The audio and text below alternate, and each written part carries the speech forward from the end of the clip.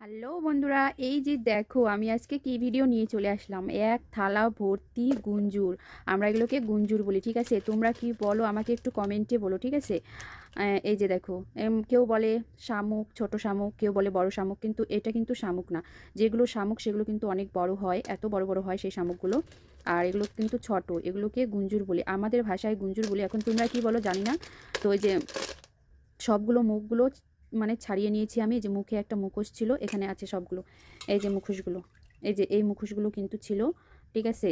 এই গুঞ্জুরির মুখের মধ্যে ছিল এটা। তো এটাকে আমি ছুটিয়ে নিয়েছি, সেটা ভিডিও করতে পারিনি।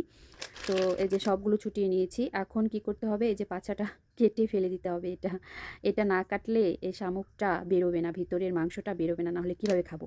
তো এখানে কয়েকটা আমি কেটেছি, এই যে পানি চেলে রেখে দিয়েছি, কয়েকটা আছে এই যে, ঠিক আছে?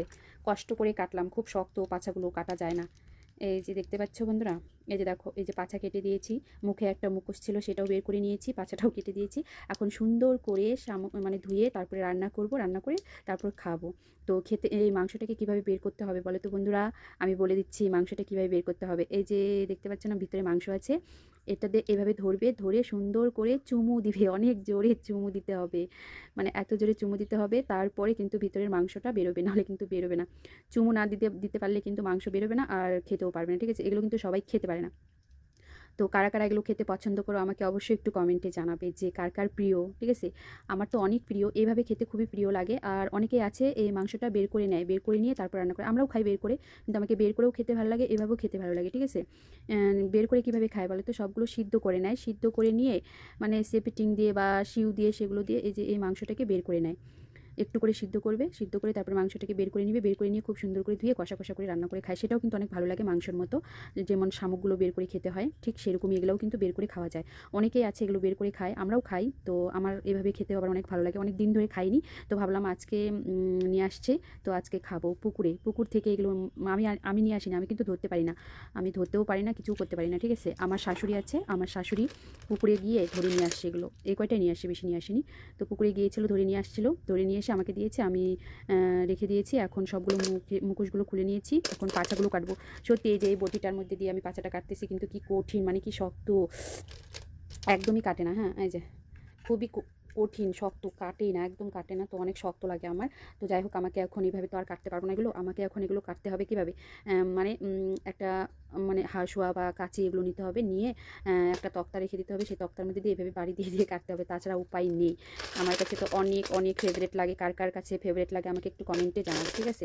অনেকেই আছে এগুলো খোসা, মানে সব খোসা দিয়ে খায় না, খোসাগুলো বের করে খায়, মাংসটা বের করে খায়। অনেকেই ঘৃণা করে, যে বলে হ্যাঁ তোমরা তো খোসা সহ খেয়ে নাও, এটা কীভাবে খাও, কীভাবে পারো?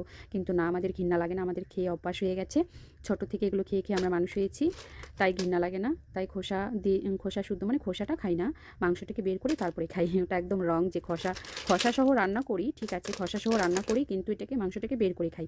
তো যাই হোক, আজকে রান্না করবো না, এটা আমি কেটে ধুয়ে রেখে দেবো। সারা রাত ভিজবে, সারা রাত ভিজবে, তারপরে এর ভিতরে যত নোংরা থাকবে সেগুলো বেরোবে। এগুলো কিন্তু সাথে সাথে পুকুর থেকে নিয়ে এসে সাথে সাথে কিন্তু খাওয়া যায় না, সাথে সাথে খেলে কিন্তু মানে বালিগুলো থাকে, তো কাদা থাকে, বালি থাকে, ক্যাচ ক্যাচ করবে, খেতে পারবে না। তো সেই জন্য এটাকে আগে মেরে নিয়ে আসতে হয়, পুকুর থেকে নিয়ে এসে একদিন ভিজিয়ে রাখতে হয় জলে, তাহলে কাদামাদাগুলো বের হবে। তারপর এটা আজকে বিকালে আমাকে এনে দিয়েছে, তো আমি বিকালটা ভিজিয়ে রেখেছিলাম। এখন আবার এটাকে সুন্দর করে ছুলে টুলে নিয়ে পাছা টাছা কেটে টেটে তারপরে আবার ভিজিয়ে রাখবো জলে।